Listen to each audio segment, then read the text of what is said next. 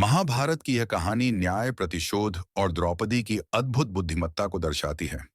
यह प्रसंग उस समय का है जब महाभारत के युद्ध के बाद पांडवों ने अपना राज्य पुनः प्राप्त कर लिया था, लेकिन द्रौपदी का हृदय अभी भी अपमान और पीड़ा से भरा हुआ था। कुरुसभा में जब द्रौपदी का चीरहरण हुआ, तब उन्होंने प्रतिज्ञा ली थी कि वह अपने खुले बाल तभी बांधेंगी जब दून शासन के रक्त से उनका अभिषेक होगा।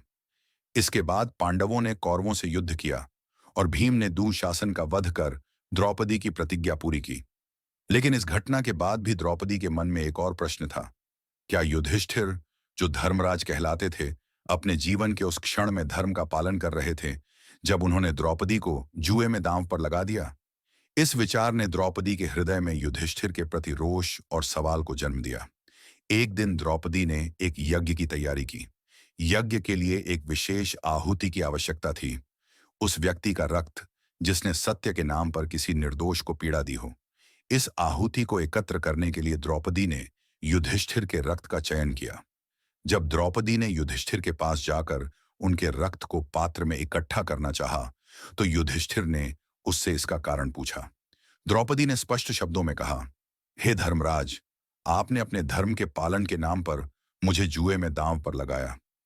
आप धर्मराज के रूप में पूजे जाते हैं, लेकिन उस समय आपने न केवल धर्म का अपमान किया, बल्कि एक पत्नी और स्त्री के सम्मान को भी ठेस पहुंचाई। यह रक्त उस अधर्म का प्रमाण है। युधिष्ठिर ने अपनी गलती स्वीकार की और द्रौपदी के प्रति अपनी व्यथा प्रकट की। उन्होंने कहा, द्रौपदी, मैं जानता हूं कि मैंने उस समय धर्म के नाम पर अधर्म किया। मुझे अपने कर्म पर पश्चाताप है और मैं इसके लिए सदैव तुमसे क्षमा मांगता रहूंगा। द्रौपदी ने यह रक्त पात्र यज्ञ में अर्पित कर दिया और कहा, इस रक्त के साथ मैं अपने मन में छिपी सभी पीड़ा और क्रोध को यज्ञाग्नि को समर्पित करती हूँ। यह घटना न केवल युधिष्ठिर के धर्म के प्रति दृष्टिकोण को बदलने वाली थी, बल्कि यह भी दिखाती है कि द्रौपदी अपने अपमान का प्रतिशोध लेने के बाद भी न्याय और क्षमा की प्रतीक थीं। यह प्रसंग हमें यह सिखाता है कि धर्म का पालन करना केवल शब्दों का खेल नहीं है।